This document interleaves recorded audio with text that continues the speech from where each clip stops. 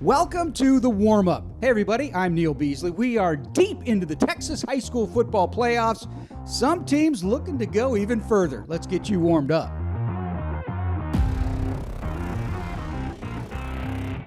It's one of the main goals for every high school team.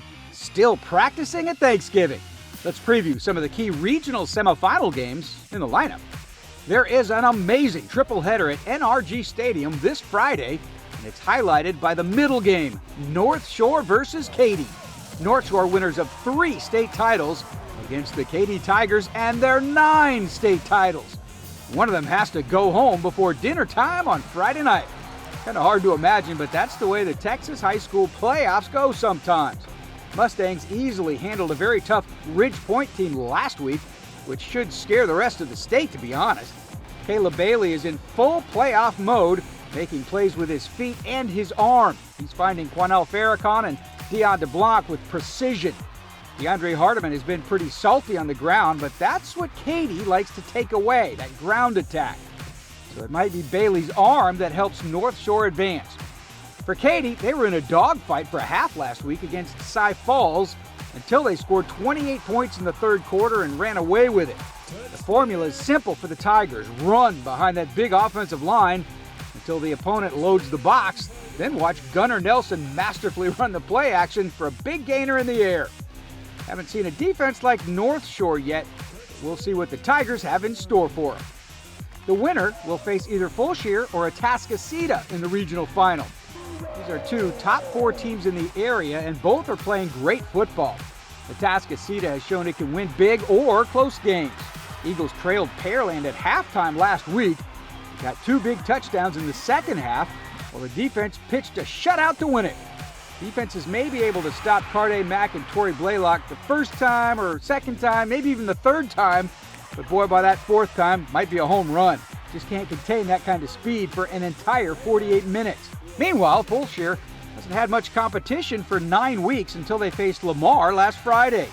The Chargers had to go back and forth in that one until they wound up victorious 54-48.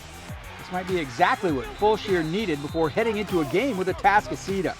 Everybody knows about the speed of Patrick Broadway out of the backfield, but quarterback Lawson Behan has proved to be a viable quarterback and to keep Fulshear in any game. The Chargers can win this one, but until then, to be the man, you gotta beat the man. And in the regional semifinal games, Atascocita is that man. The warm-up is brought to you by the Houston area Chevy dealers. Come in and test the all-new Silverado today. And by DQ for treats and eats before and after the game. Also by Parker University. Check out our bachelor's degree in strength and human performance today. The Big 12 and SEC are headed to Houston for the 2024 Texas Bowl at NRG Stadium on New Year's Eve. Join the waitlist now at thetexasbowl.com. We caught up to a big-time athlete from the Houston area in this week's Recruiting Trail. Jalen Mickens, Willis High School, wide receiver. I'm looking for good athletics, good coaching, a good football team, and a family. First, I want to be able to play, touch the field. I want to win, of course. That's a big thing. And I just want to be around a team that wants to succeed and wants to make it as far as we can. Jalen on the field, humble, hardworking, dedicated, disciplined football player. I'm really the same off the field. I'm a Christian. I'm a fun guy to be around, family guy, hangs out with friends, and trains as much as possible. To know about me, so when I'm on the field, y'all watch, I do electrifying things. To accomplish, I have some goals. I say I have 15 touchdowns, 1,500 yards, and win a state. That's my goals before I leave. The legacy I want to leave at Willis High School will probably be like being an undersized receiver. Just you can ball. It doesn't matter if you're not 6 foot, you can still do the same things they do, and you can dominate on the football field. The warm-up is brought to you by the Houston area Chevy dealers. Come in and test drive the all-new Silverado today. And by Randall's, fresh foods, local flavors. Also by the UPS store. Be unstoppable. There are so many more big games this week in the regional semifinals. So here's a preview of some other huge matchups in the hype. When the playoff brackets came out, not many expected to still see Drake Jesuit and Kingwood playing football after Thanksgiving. But here we are. Got to give Kingwood a lot of credit. Playing in 23-6A, the Mustangs took some physical beatings from teams like North Shore, Atascocita, and Summer Creek. But guess what? All of those teams, including Kingwood, are still alive. The Mustangs have taken their lumps during the regular season, and it's led to wins over Clear Springs and Fort Bend Elkins. The biggest thing they have is belief. They believe in everyone in that locker room, and they are now just one win away from a regional final.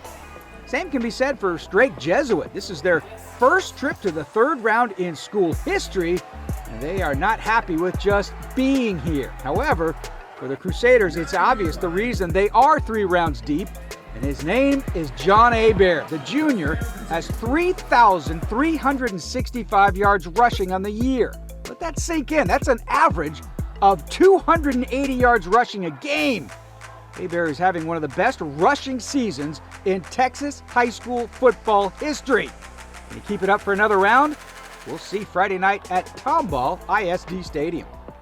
The winner of that one will take on either Katy Jordan or Summer Creek.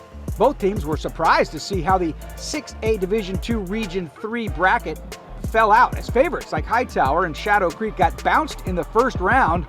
Now both Jordan and Summer Creek feels like this could be their year. For Summer Creek, it could be their year again, as they won Region 3 last year and found themselves in a state title game.